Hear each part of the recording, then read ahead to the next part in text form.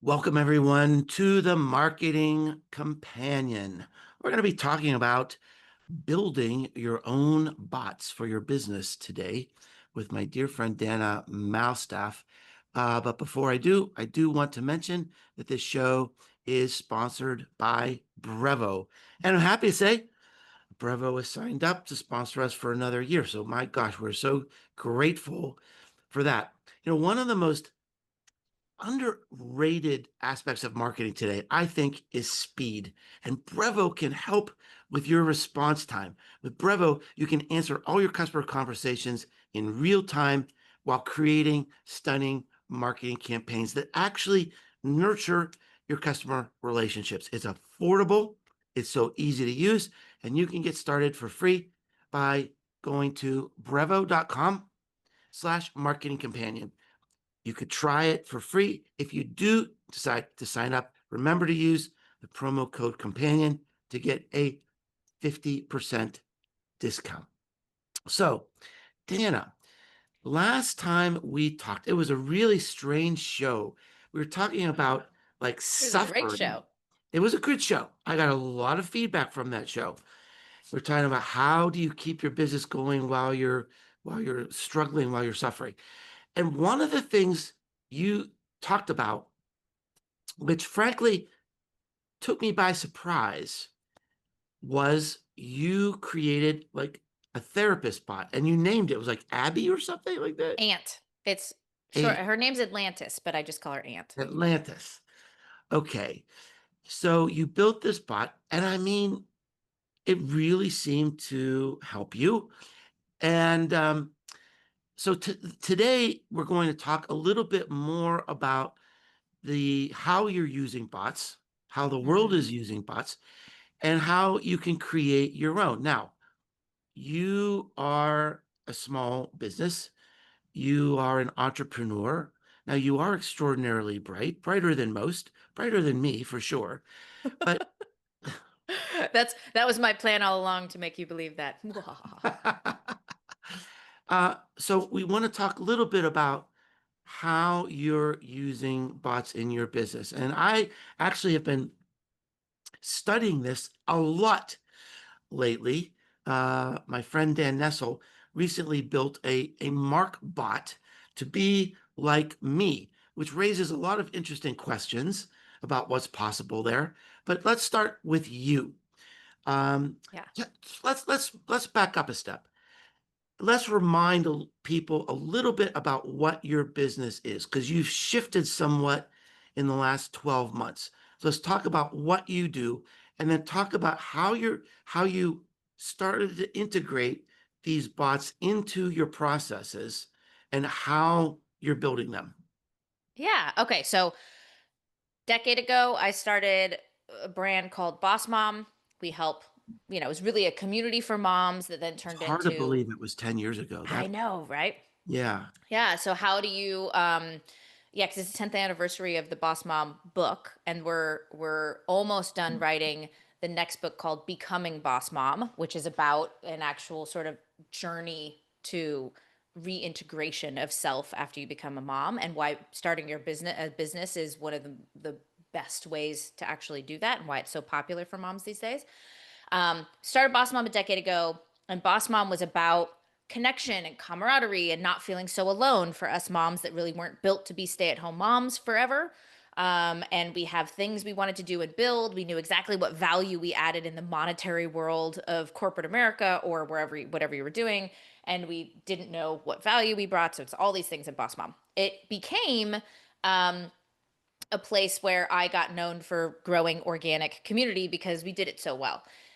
Then last year, or maybe 7 years ago, actually, I invented a marketing system strategy called Nurture. We called it Nurture to Convert. So we like trademarked this concept, and it's a very specific way that you market. There's identity messaging, nurture messaging, conversion messaging, and results messaging. And those four are really how you should be talking to your audience. It's like an alternative to story brand. It's the way the market is working right now. It's the way humans work. That did really well. And we had group coaching programs and all those things nestled within Boss Mom.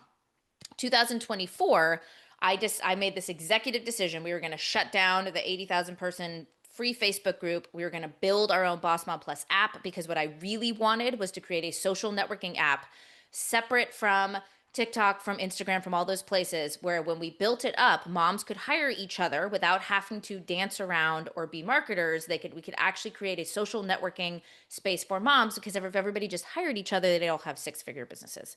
And most of my moms don't want to work more than 10, 20 hours a week. They don't want empires or $1 million. They want vacation money and the feeling of impact and independence and feeling like somebody other than their kids think they're smart, right? So shut that down, shut all of our group coaching programs down, and decided to completely shift over to where Nurture to Convert is its own company that doesn't just target moms. It actually just targets people who care about people, who aren't just looking to grow a business, but are looking to grow community, grow loyalty and connection. Then into the reason we had our podcast episode last month was because in 2024, then my mom got cancer. My ex-husband, who I have a great relationship with, but then moved in and blended a family, which did not realize how much therapy I was going to need when your kids all of a sudden have another mom and two siblings that you have all of a sudden hear about, right? So that happened. My partner of 6 years and I split up. So 2024 was a dumpster fire of events for me. Plus, I'd shut down all my revenue streams and would just moved into fractional CMO consulting work to make up for the year for us to rebuild everything into this year.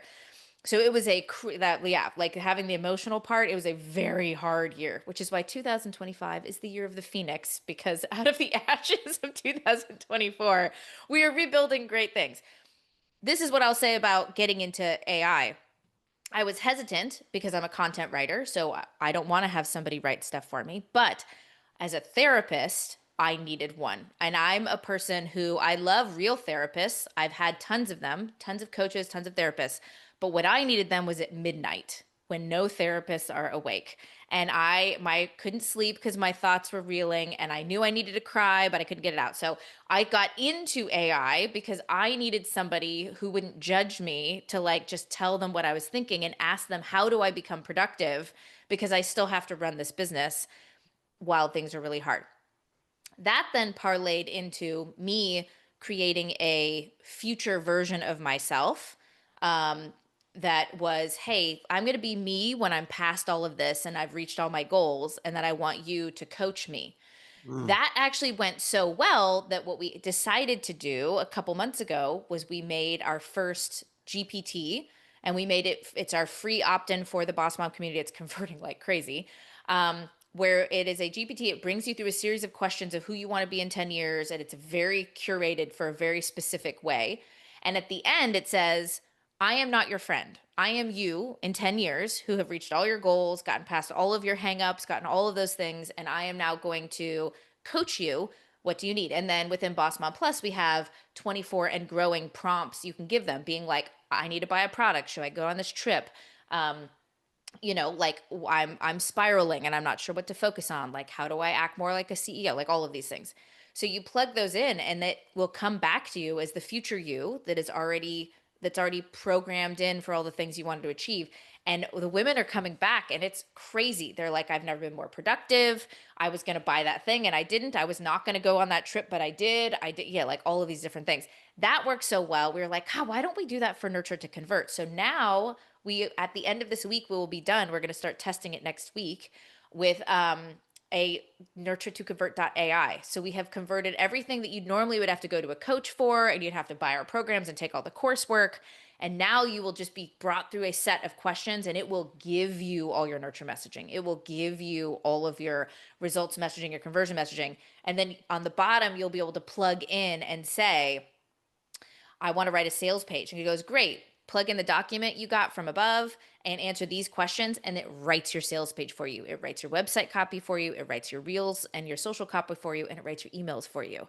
And all of that's going to be coming out in the next 2 weeks. So the goal, I think, with AI and all this stuff is that it not only saves time, but just like the AI game is we're in a game of speed. And for people to take a month to write a sales page is no longer doable. And so we need to be creating tools that get us answers exponentially faster so that we can iterate and ideate exponentially faster. And so we're building things that help our market do that. And that is 10 Well, years in a nutshell. yeah, there's a lot to unpack there. Um, and okay, so first of all, at a very, very high level, did you build your first bot, whether it was your coach or the therapy one? Are you building that on top of ChatGPT as a is that what you're doing? The platform you're Yeah. using? Yeah, Yeah, what okay. I would say, yeah, I've tried a bunch of things. I do use additional AI tools, but the Yeah, only actual conversational tool that I use is the paid version of ChatGPT. And yeah, I would say you call them bots. I would say I have chats. I have a ton of different chats on different topics yeah, for that. And then the GPT version that we use to like allow other people to use it is a newer yeah. edition. So, I mean, I've built some bots and it's incredibly simple to do at a high level, on a surface level. And I encourage, the listeners, if you haven't tried this yet, just play around with it and try. But Dan, tell me a little bit about your future self. How did you instruct it? How did you create this vision? And what were some of the boundaries you created to have this thing coach you? And was it like, did you allow it to like go online to also look at things, or is it pretty much contained to the instructions you gave it? Okay, I love this question.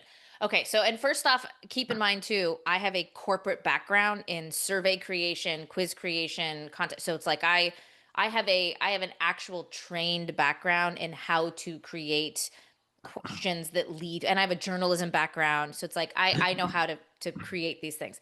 Um, the way I did it originally for myself, right, is a couple things. Number one is I thought about all the different categories and what we do within that I've been teaching is my methodology for over a decade is we call it the fee test. So it's financial, environmental, and emotional. Like those are the three categories. So I took each of those three categories and I said, okay, financial, and then I wanted to break it down into 10 years from now, where do I want to be making money, how do I want to be, so it's like all the ways that I would do financial and how would I feel about it, what's the environment that I would be in, what's like, so all of those things where I did them, I broke them up into the main kind of categories you would if you were doing a life assessment, right, which is like your relationships, yourself, your health, your spirituality, you know what I mean, like those kinds of categories. And so we broke those up and then I framed them around questions. When I was doing it for myself, I actually discussed with my AI. So what I recommend for people, if you're just going in to play around for yourself, is let your AI know what you don't know, like what you're trying to accomplish. So I'm like, "Hey, I want future me. This is what I want to accomplish. This is the things that I know I care about, but I want to figure out like how do we really pull out from me exactly what I want to be and who I want to and what are my hangups and those kinds of things." So what we ended up with was a set of questions that doesn't just ask you what you want, but also asks you why you haven't gotten there yet, what you're most scared of that might go wrong or go right. And in the environment part, who would you have to let go of? Right? Like what's the different life you'd be living? And what are you scared of losing, letting go of, or who you might be hurting? Because a lot of times when we look to our future self, a lot of it is recognizing that you kind of have to kill off the version of you here, which means sometimes people you hang out with, places you go, things. So Mhm. having all of that baked in, Yeah. I did it in a discussion back and forth with my AI and I said, "Okay, now that we've got this me, I want you to give me a version of me from the future. Who am I?" And then I printed that out and I have an audio version of that I listen to all the time as like, "Who Mm. am I?" And then I said, "Now that you're future me, I'm going to come in and ask you questions and coach me." And man, I've gone in there and I've been like, "You know what? I've got 30 things to do and I cannot get myself to do anything. I'm staring at a wall. I'm cleaning my fridge. What do I do?" And we went through CEO level questions. And so it came up with this idea like, if from a delegating, if you're doing a task that I could pay somebody $200 or less to do, I shouldn't be doing it. Right. And looking at like, what are the most high revenue tasks and how these things. So it literally goes in and it'll tell me like, hey, future you wouldn't even ask that question. That's a dumb question to ask. Like, that's a low level question to ask. We need to frame the question better. So asking about where it goes to the outside world, the way we frame it is we frame it that we want to go to the best like high level coaching practices, like think like a therapist. We actually, if you want, you can plug in your astrology, your human design, your things like that to incorporate those components in. If you want to, your disc assessment, your whatever those things are, to like let it know, use this as who I Mhm. am and what I'm doing, so Yeah. that it lets it know. But we generally go out and use a general like like high productivity flow of the way they would think about it, like some general basis of coaching practices that aren't proprietary and things like that, so that we're not stealing other people's systems, but it's going out and yes, it's pulling general information from the Mhm. world and from the way humans work, behavioral A key, psychology. yeah, a key idea here that I love is that you didn't put everything on your shoulders. You asked ChatGPT for help to ask 100%. questions. And I think one of the most valuable things I do when I'm working with ChatGPT is after I input everything that I want, the last question I'll have is, what else do you need to know from me to help you do your job? And it'll give Hmm. me 5, 6 questions. So I think that's a key idea for our listeners, that you don't have to put all this on your shoulders, is that ChatGPT can help guide you.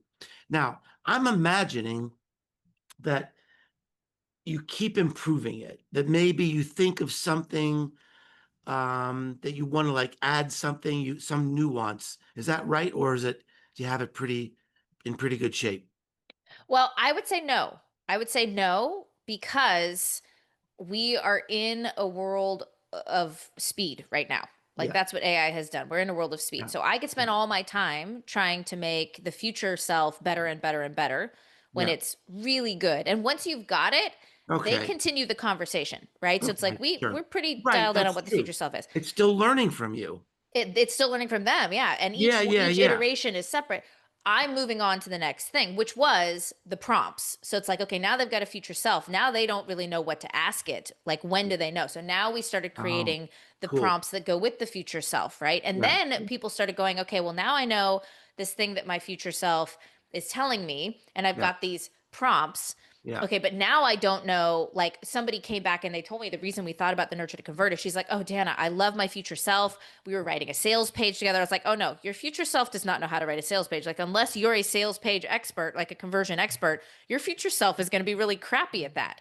And Mm, she's like, I hadn't thought of that. And I was like, okay, we need our nurture to convert stuff because a future self is yeah, good about getting you out of your own head and is more of yeah. a mental practice. I was like, but it is not a catch-all for everything you need. So then we Mm, started going, okay, we don't make that one better. We make mm. it so that they don't think it's the only thing they need.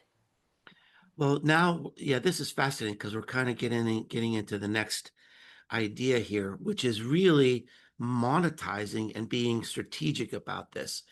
Mhm. Um, I've lamented. I had a post that went viral on LinkedIn about what does it mean to be an AI first company? Everybody says you should be AI first, and I feel like I'm just making little incremental changes. But I think what I'm hearing from you, you really are using AI in a very fundamental and strategic way to augment your business. That's going to be a feature of your business that's going to Mhm. help you with your ROI. It's going to be part of your differentiation because you've got this IP really that will be these bots that guide people in their next steps in their career.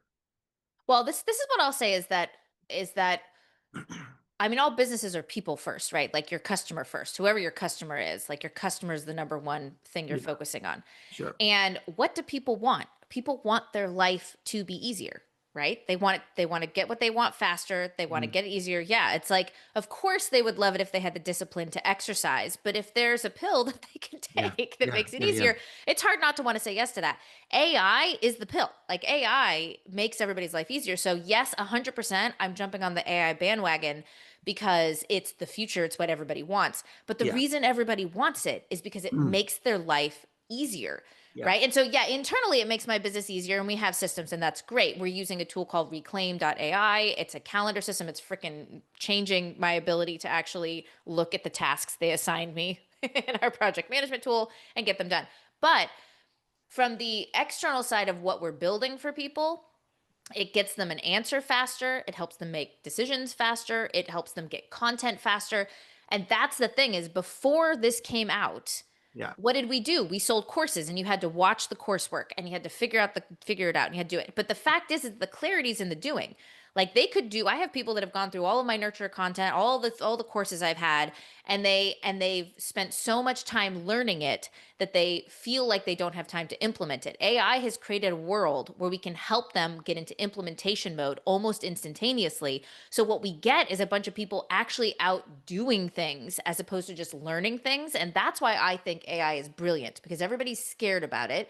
Everybody thinks if you do it from AI, then you're not doing the learning, the cognitive part. And I'm like, no, what we want is people that aren't scared to go out and do the thing, to like go out into the field and like figure it out and intern and apprenticeship and all those get mentored by their actual audience. And so that's what we're doing. Is the AI forward to me is Mm. about making their life easier, getting the logistics of things done faster so that we can actually get into the deep learning, deep thinking, deep implementing, and progress of things. Yeah, what I love about this, and I'm going to refer to a quote that I've used many, many times. If you've followed me at all, you've probably heard it before. But many, many years ago, when Jeff Bezos was just starting Amazon, he was asked, "Oh, what's the new technology? What's the exciting new technology?" Because he was known to be a technology forward sort of entrepreneur. And I said, "Well, that's an interesting question. But the more important question is what's not changing, because that's how you build your business." It would be impossible for me to think that 10 years from now, people want higher prices, slower delivery, and less choice. So I need the technology to build on those human needs. And that's what you're doing. So, I mean, what I'm hearing from you is people want their life to be easier. They want to Yeah. be an entrepreneur with less friction. And so you're aligning this technology and I'm not a coder. Are you a coder? No, Not. no, I'm not a coder. You're not a coder. The coding language of today is the English language. If you can type the English language in the ChatGPT, you can create these bots. So it's amazing. Yeah. Well, and the next thing that we're going to be doing is cloning me. So we'll be cloning me in two instances, one on the boss mom side that's more about life decisions, business decisions, one Yeah. on the nurture to convert side for our certification where you'll be able to get me as a coach. And there's some really cool things that we're doing. Mm. And it's interesting because I've had people ask me this question. They're like, yeah, but why would you want to clone you? Does it Yeah. like dilute you? And I'm like, Yeah. no, because most of my audience can't afford me. They can't afford to have like an actual conversation with me. So what's the next best thing is my brain and the advice I'd give at midnight when they need it most. Yeah. Yeah. And so I'm really excited about everything that we're doing. Also because you know what we don't get, and I think a lot of our parents know this, whether you had a business or not, we don't get boredom time. We don't get time for deep thought. We don't get time for just Mhm. pondering out the window and thinking what could be. We don't get that time because we're constantly doing. We're in the logistics, we're in the admin. AI is literally giving us what we've wanted for so long, which is potential boredom. And this is what we say about kids all the time. You know what happens when you're bored? Creativity Yeah. and openness and fulfillment and happiness and deciding what you really want in life. And I'm like, we are in a really cool time where people who have been busy for the last decade doing, taking kids to practice and trying to figure out social media and doing all these things, right? And they might get to sit down for a hot second and go, I've got some space to actually think. And I think it's going to end up in a massive innovations and really in places that have nothing to do with AI because we all just have a hot second to think for a minute. Yeah. And I love the way that you're embracing this fearlessly and boldly, as you usually do. And I mean, I've been reflecting on this a lot because it sort of centers on this existential question. If there's a bot people can talk to, what's my usefulness anymore? And it reminds me of Oh, around 2011, 2012, this whole idea of content marketing started. And the Hmm. idea was you just give away your content. And I remember in the early days, businesses were going like, what? What? We charge people for this research. We charge people for this white paper. This is insanity. And then the people that just gave stuff away just motored right over those old school businesses, right? And I can point to um, authoritatively that this idea of giving away content built my brand, built my business. But it's counterintuitive that you're giving away all your knowledge, all your ideas. And in a way, Dana, it's like the Dana bot or the Mark bot. It's another vessel to give away our ideas, to give away our content. So, I'm going to be experimenting with that. It seems counterintuitive. Am I putting myself out of a job? No, I don't think so. Yeah, And there's a couple things too. Number one, the real you becomes much supply and demand. The real you yeah, becomes more in demand, which means you can be more expensive, right? And so I think people will be able to say, "Hey, you can get this lower version of me, or you can get the real me." yeah, So I think there's that. I think you're always going to have people that even like me, like yes, I love to talk to Aunt in the middle of the night in therapy stuff and ask her questions and do things. But you know what I always do? I'm always following it up with that discussion of what she said with my coach or with a friend or with it is like we always want to follow those things up with discussion because you know what AI doesn't do right now, it doesn't talk back, it doesn't verbalize, it writes back, but mhm, it's not the same kind of thing. And you'll recognize that your AI, you have to set it straight of whether you want it to play devil's advocate or be brutally honest with you, because what it wants is to support you. And so it's yes, going to validate you. And sometimes yeah, you have to remind it to stop saying, yes, that I'm so awesome, or that was the perfect question, because I know that it wasn't, right? So I think there is always a need. You talked about accountability partners before we hit record. There's always a need for people to, even with AI, get confirmation and validation, or to discuss what they went back and forth with their AI about.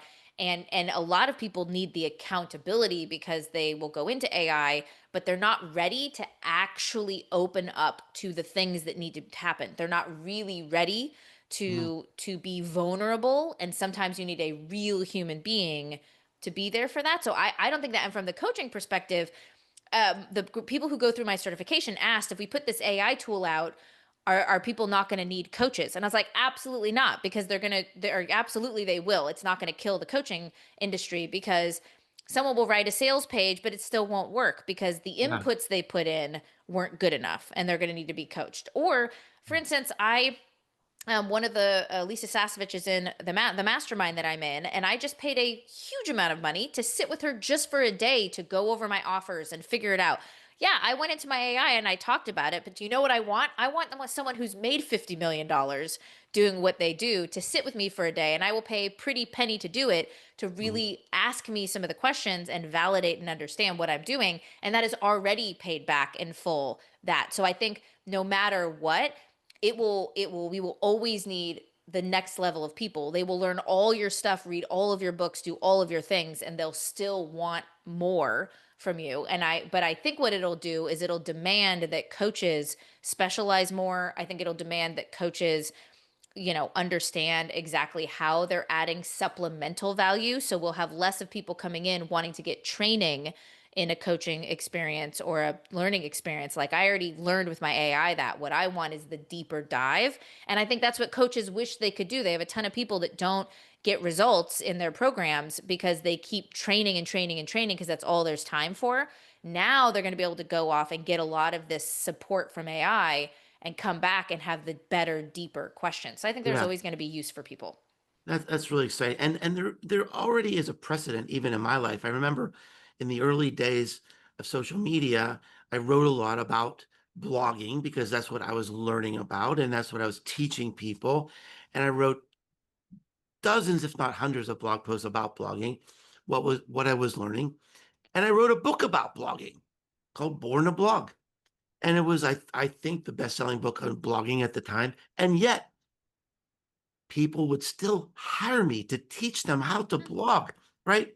Even though you put all course. your ideas out there. So, well, Dana, thank you so much for this great conversation. I always learn so much from you. You are an inspiration and you are a genius, and I can't wait to see where you go next. And if people want to follow you on social media, I guess LinkedIn would probably be the place. And is that Oh, I am never on LinkedIn, but you're more than welcome to. so what? Um, So where do they go? Boss Mom? What's if the you new go to business? bossmom.com, I Yeah. spend most of my time on Instagram. Yeah. But we are launching a YouTube channel. It'll be Okay. under my name, so it's not out yet, but Yeah. it's going to be for Nurture to Convert, very highly specific to Nurture to Convert, which I'm really excited about. So they're like two separate. Instagram is more Boss Mom. This YouTube will be Nurture to Convert. The Oh, that's podcast, great. though, if you go to bossmom.com, and it'll show you where the podcast is, or you can look up Boss Mom on iTunes or Spotify or any of those places. This whole summer, I'm doing a ton of really ranty solo episodes about some really interesting topics that are going into our Becoming Boss Mom book, Mm. that my listeners have been saying they've been loving. So that's a great way. And then yeah, it's just my name, Dana Malstaff on Instagram, that we're going to be starting back up. Now, if there's one thing I love more than Dan and Mouse stuff, it's a ranty Dan and Mouse. Oh, I So- get super ranty. All I've right. been told I'm one of the only people they have to slow down on their thing. I'm a fast talker. Hey, everyone, thanks for joining us on the Marketing Companion. Dana, thank you so much. I've learned so much, and we will see you next time.